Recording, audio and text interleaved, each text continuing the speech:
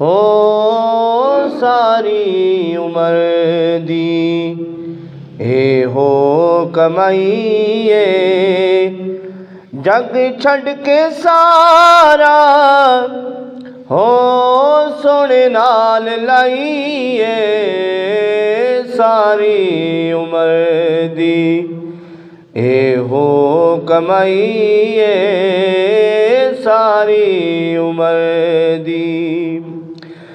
ہو میں کچھ بھی نہیں سا لجپال میرے، تسی جان دے ہو کین حال میرے، میں کچھ بھی نہیں سا لجپال میرے، تسی جان دے ہو کین حال میرے، تیرے نا دعا کا میں بگڑی بنائی ہے ساری عمر دی، اے ہو کمائیے جگ چھڈ کے سارا، میں سونے نال لائیے ساری عمر دی، اے تن میرا کنگھی ہووے تے میں زلف ماہی دی واواں، پوش میرے دی بن جاوے جوتی تے حضور دے پیری آواں، جے سونا میرے دکھ وچ راضی تے میں سکھ نو چلے ڈاواں، جے سونا میرے دکھ وچ راضی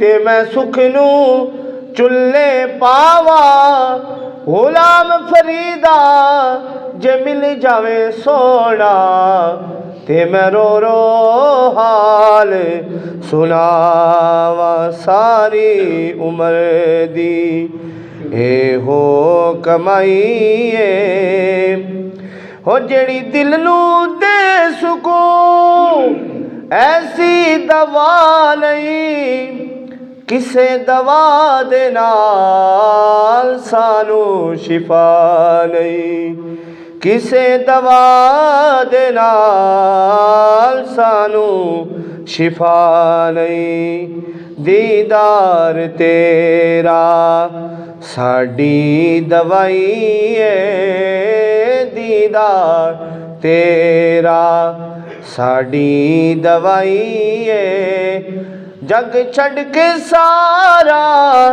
میں سونے نال لائیے ساری عمر دی۔ حمد و ثنا رب ذوالجلال اور ہدیہ بحضور سرور کائنات صلی اللہ علیہ وآلہ وسلم پیش فرمانے کے بعد سامعین ذی وقار، اللہ تبارک و تعالیٰ نے قرآن پاک میں ارشاد فرمایا، یہ سورۃ التوبہ ہے، پارہ نمبر 9 ہے، آیت نمبر 24 ہے۔ اس میں اللہ تبارک و تعالیٰ نے ارشاد فرمایا، قُلْ إِنْ كَانَ آبَاؤُكُمْ وَأَبْنَاؤُكُمْ وَإِخْوَانُكُمْ وَأَزْوَاجُكُمْ وَعَشِيرَتُكُمْ وَأَمْوَالٌ اقْتَرَفْتُمُوهَا وَتِجَارَةٌ تَخْشَوْنَ كَسَادَهَا وَمَسَاكِنُ تَرْضَوْنَهَا أَحَبَّ إِلَيْكُم مِّنَ اللَّهِ وَرَسُولِهِ وَجِهَادٍ فِي سَبِيلِهِ فَتَرَبَّصُوا حَتَّى يَأْتِيَ اللَّهُ بِأَمْرِهِ وَاللَّهُ لَا يَهْدِي الْقَوْمَ الْفَاسِقِينَ۔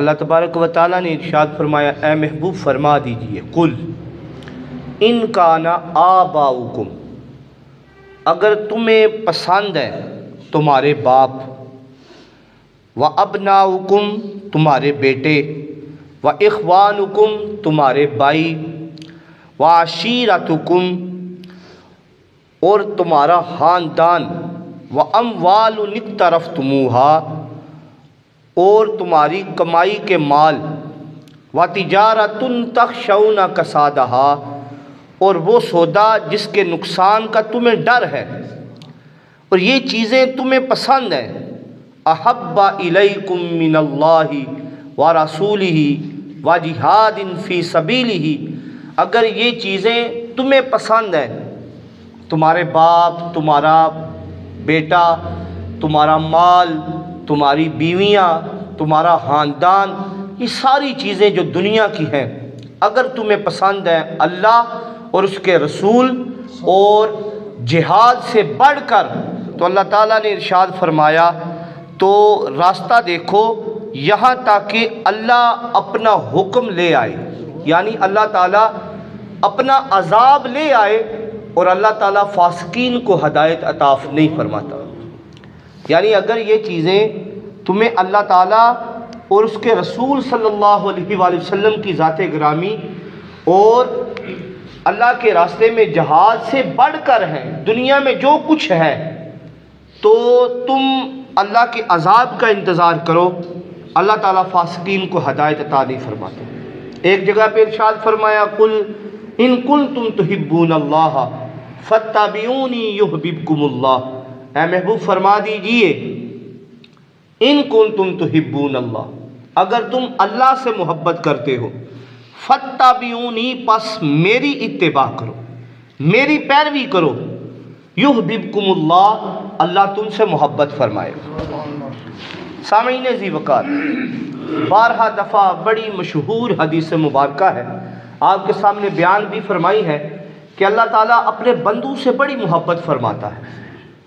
آپ دیکھیں یہ محبت ہی فرماتا ہے نا کہ اللہ تعالیٰ اگر بندہ گناہ کرنے کا ارادہ کرے، ایک بندے نے گناہ کا ارادہ کیا ہے، گناہ نہیں کیا، تو اللہ تعالیٰ اس کے نامہ اعمال میں کچھ بھی نہیں لکھتا، اگر گناہ کر لے تو اس کے نامہ اعمال میں گناہ لکھا جاتا ہے۔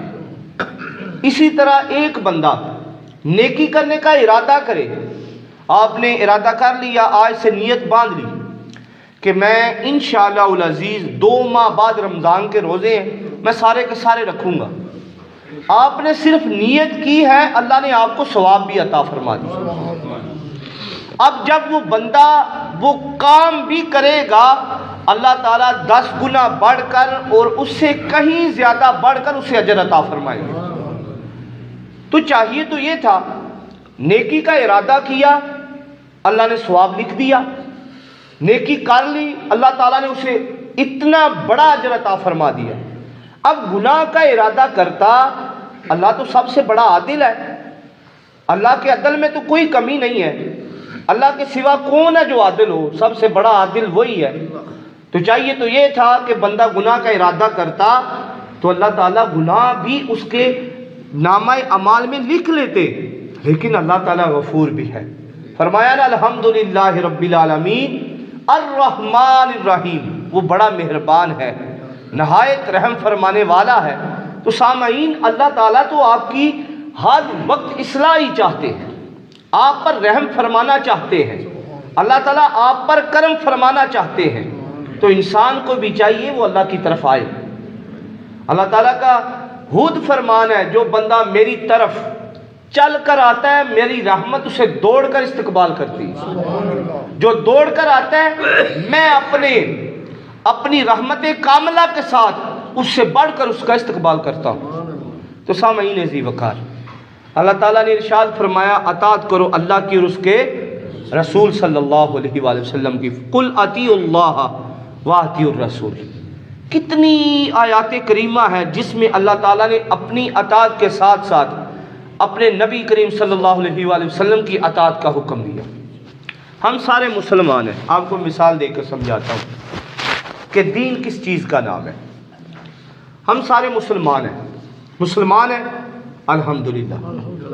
بعض لوگ ایسے ہوتے ہیں، کتنے لوگ ہیں، بعض ایسے ہیں جنہوں نے کوئی نشانی دیکھی تو انہوں نے اسلام قبول کیا۔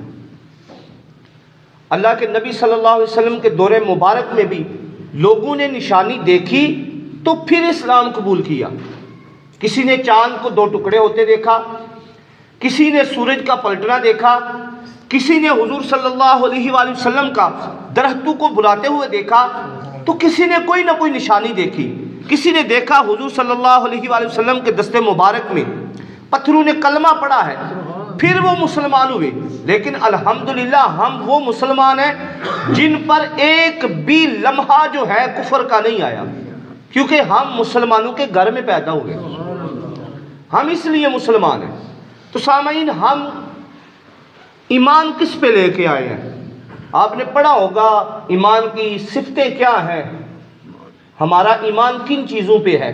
آمنت باللہ، اللہ پر ایمان، وملائکتہ، ہم ایمان لے کے آتے ہیں اللہ پر، وملائکتہ، اس کے ملائکہ پر، وکتبہ، اس کی کتابوں پر۔ کتاب ہم نے قرآن ہی پڑھا ہے، لیکن قرآن میں اللہ کے نبی صلی اللہ علیہ وآلہ وسلم نے بیان فرمایا ہے کہ 4 کتابیں، تورات بھی ہے، انجیل بھی ہے، زبور بھی ہے، وہ صحیفے بھی اترے ہیں۔ تو ہم نے ساری کتابوں پر ایمان لے آئے ہیں، چاہے انجیل پڑھی یا نہ پڑھی، تورات پڑھی، دیکھی یا نہ دیکھی، لیکن ہم ایمان لے کے آئے ہیں۔ وَكُتُبِهِ وَرُسُلِهِ، سارے رسولوں پر ہم ایمان لے کے آئے۔ وَالْيَوْمِ الْآخِرِ، قیامت کے دن پر ایمان لے کے آئے۔ وَالْقَدْرِ خَيْرِهِ، یعنی جو ہماری قدرت ہے، اللہ نے قادر ہے، اللہ تعالیٰ نے جو تقدیر لکھ دی ہے، وہ چاہے خیر ہو یا شر ہو، خیرہ و شرہ، ٹھیک ہے، اللہ نے جو تقدیر ہے وہ لکھ دی ہے، ہم ایمان لے کے آ گئے اللہ کی تقدیر پر، وہ خیر کی طرف سے ہو یا شر کی طرف سے ہو۔ وشرہ من اللہ تعالی والبعث بعد الموت، یہ جو تقدیر ہے وہ اللہ کی طرف سے ہے، اور ہم زندگی کے بعد جو دوبارہ اٹھایا جانا ہے اس پر بھی ایمان لے کے آئے۔ تو یہ ہمیں کیسے پتہ چلا اللہ کا، اس کے ملائکہ کا، اس کی کتابوں کا، اس کے رسولوں کا؟ تو ہم نے یہ یقین کیا کہ اللہ کے نبی صلی اللہ علیہ وآلہ وسلم نے یہ بیان فرمایا۔ اللہ کے نبی صلی اللہ علیہ وسلم کے صحابہ بیٹھے ہیں، کیا کسی صحابی نے دیکھا کہ جبریل آئے؟ کسی نے نہیں دیکھا کہ جبریل امی علیہ السلام آئے ہیں۔ ایک اعرابی آتا ہے، ایمان کے متعلق سوال کرتا ہے حضور صلی اللہ علیہ وآلہ وسلم کی بارگاہ میں، سارے صحابہ بیٹھے ہیں، سارے صحابہ کی موجودگی میں انسانی شکل میں حضرت جبریل امی آئے ہیں، آ کر اللہ کے نبی صلی اللہ علیہ وسلم سے سوال کرتے ہیں ایمان کیا ہے؟ اللہ کے نبی صلی اللہ علیہ وسلم نے جواب دیا ہے، اسلام کے متعلق پوچھا، اللہ کے نبی صلی اللہ علیہ وسلم نے جواب دیا، وہ اعرابی چلا گیا۔ حضرت ابو بکر بیٹھے ہیں، عمر بیٹھے ہیں، عثمان بیٹھے ہیں، حضرت علی بیٹھے ہیں، سارے صحابہ موجود ہیں، کسی کو نہیں پتا چلا کہ حضرت جبریل آئے تھے، آ کر سوال پوچھ کر گئے ہیں۔ اللہ کے نبی صلی اللہ علیہ وسلم نے ارشاد فرمایا کہ وہ جو اعرابی آیا تھا مجھ سے ایمان کے متعلق سوال کر رہا تھا، وہ جبریل امی تھے۔ تو سامعین، مجھے کہنے دیجئے، سارے کا سارا ایمان جو ہے وہ اللہ کے نبی پر یقین کر لینے کا نام ہے۔ کسی نے نہیں دیکھا جبریل آئے ہیں اور چلے گئے، کسی نے نہیں دیکھا کہ قرآن کی آیت اتری ہے، کسی نے کچھ نہیں دیکھا، لیکن اللہ کے نبی صلی اللہ علیہ وآلہ وسلم نے کہہ دیا الحمدللہ رب العالمین سے سپارے کو آغاز کرنا ہے، الرحمن الرحیم، جو آیت اللہ کے نبی صلی اللہ علیہ وآلہ وسلم نے فرما دی ہے ہم نے وہ قرآن میں درج کر دی۔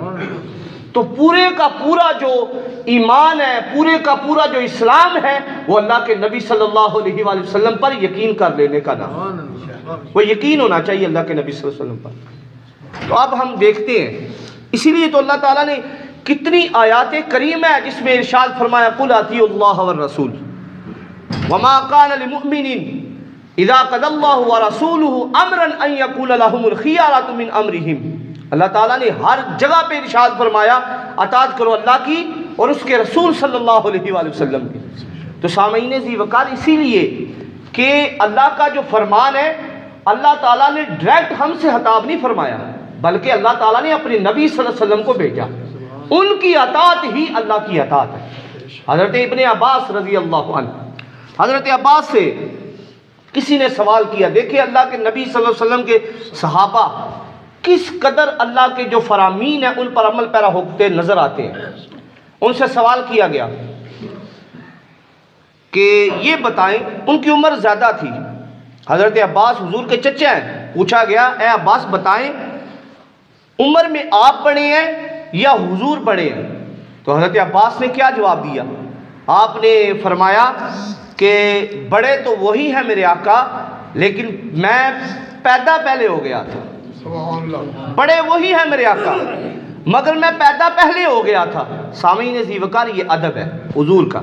حضرت ثوبان رضی اللہ عنہ، آپ ایک دن حضور علیہ الصلوۃ والسلام کی مجلس میں آئے اور زاروں قطار ہونا شروع ہو گئے. حضور نے پوچھا ثوبان کیا ہے؟ عرض کرتے ہیں یا رسول اللہ صلی اللہ علیہ وآلہ وسلم ہمارا ایمان ہے یا رسول اللہ جنت ہمیں ملنی ہی ملنی ہے. ہمیں دنیا میں جس نے تکلیف دی، کفار نے تکلیفیں دی، تو ہم آپ گئے آپ صلی اللہ علیہ وسلم کی بارگاہ میں، آپ کا والضحیٰ کا مکھڑا دیکھا، واللیل کی زلفیں دیکھی. یا رسول اللہ ہم غموں کو بھول گئے، لیکن یا رسول اللہ جب اس دنیا سے چلے جائیں گے، قیامت میں ہم چلے جائیں گے، جنت میں چلے جائیں گے، تو یا رسول اللہ صلی اللہ علیہ وآلہ وسلم آپ کا مقام اعلیٰ ہوگا، ہمارا مقام نیچے والا ہوگا. یا رسول اللہ اس جنت کو کیا کرنا جس میں آپ کا دیدار ہی نہ ہو. سبحان اللہ. حضور علیہ الصلوۃ والسلام ذرا خاموش ہوئے. اتنے میں جبریل نے آ کر، حضرت جبریل علیہ السلام نے آ کر خوشخبری سنائی. اپنے غلاموں کو خوشخبری سنا دیجئے، جو دنیا میں جس سے زیادہ محبت کرتا ہے قیامت والے دن اسی کے ساتھ ہو. اور حضور کے صحابہ رضی اللہ عنہ، آپ کے سارے اصحاب، اور حضرت انس بیان فرماتے ہیں یہ فرامین سے زیادہ جب یہ نازل ہوا ہم نے صحابہ سے کسی فرامین پہ خوش ہوتے نہیں دیکھا. کیا فرامین؟ کہ جو دنیا میں جس سے زیادہ محبت کرتا ہے قیامت والا دن اسی کے ساتھ ہو. ہر صحابی کے دل کی یہی تمنا تھی. حضرت اسود رضی اللہ عنہ، حضور علیہ الصلوۃ والسلام صفوں کو درست فرما رہے تھے، آپ ساتھ، آپ کے ہاتھ میں ایک لکڑی کی کوئی چیز تھی، آپ اس کو ساتھ صفیں درست فرما رہے تھے. آپ کا پیٹ جو نکلا ہوا تھا، حضور نے پیٹ پر ضرب لگائی. تو جنگ بدر کا موقع ہے، تو حضور نے فرمایا تو ہے جس کا مجھ سے بدلہ رہتا ہو؟ اسود کہتے ہیں یا رسول اللہ میں نے لینا ہے. حضور فرماتے ہیں ہاں جی کیا بدلہ ہے؟ تو بڑے پیارے غلام تھے حضرت اسود.